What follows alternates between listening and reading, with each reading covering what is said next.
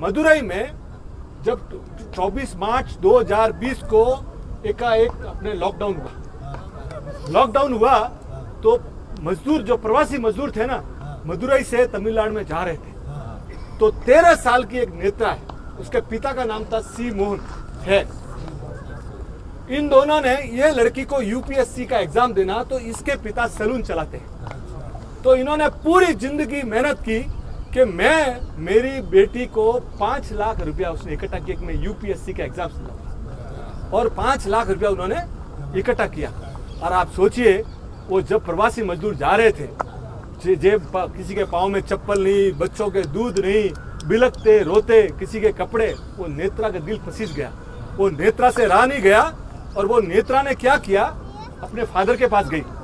बोले फादर मेरा मन ये कहता है कि इनकी हेल्प करनी चाहिए। बेटा बोले विचार तो अच्छा है। बोले नहीं, आपने जो मेरे लिए 5 लाख रुपए रखे हैं ना, वो 5 लाख रुपए इनको आप खिला दो। बोला बेटा मेरे जिंदगी में और कोई सोर्स नहीं है और मेरे पास कोई कमाई नहीं है। बोले जो भी होगा भगवान देखेगा, पर ये जो 5 लाख रुपया आपने मेरा रखा है ना, आप इन बच्चों। बोले तू सोच ले, तू सोच लो, मुझे कोई प्लीज।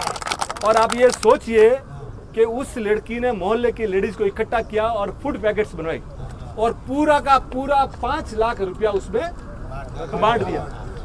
आप ये सोचिए, वो बात वहां के प्रेस में छपी, मीडिया में गई, और बात पीएमओ तक पहुंच गई। और मोदी साहब ने मन की बात में उस बात को हाईलाइट किया, कैसे गरीब लड़की और 13 साल की बच्ची ने कैसे गरीबों के लिए अपना पूरा पैसा दान दिया। वो बात पहुंची यूएन, और यूएन ने उसको गुडविल एम्बेसडर बनाया।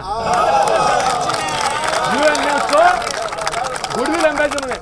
और वो लड़की आज 14 साल की बच्ची एसोसिएशन फॉर पुअर यूएन की एम्बेसडर है, और देश विदेश में घूमती है।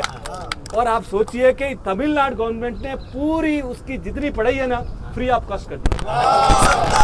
और आप सोचो नेक्स्ट स्टेज, अपने लौकिक सोचेंगे भी अगले का 5 लाख गया, आज वो करोड़पति, और प्रख्याति के और फेम के मामले में तो वो अरबपति।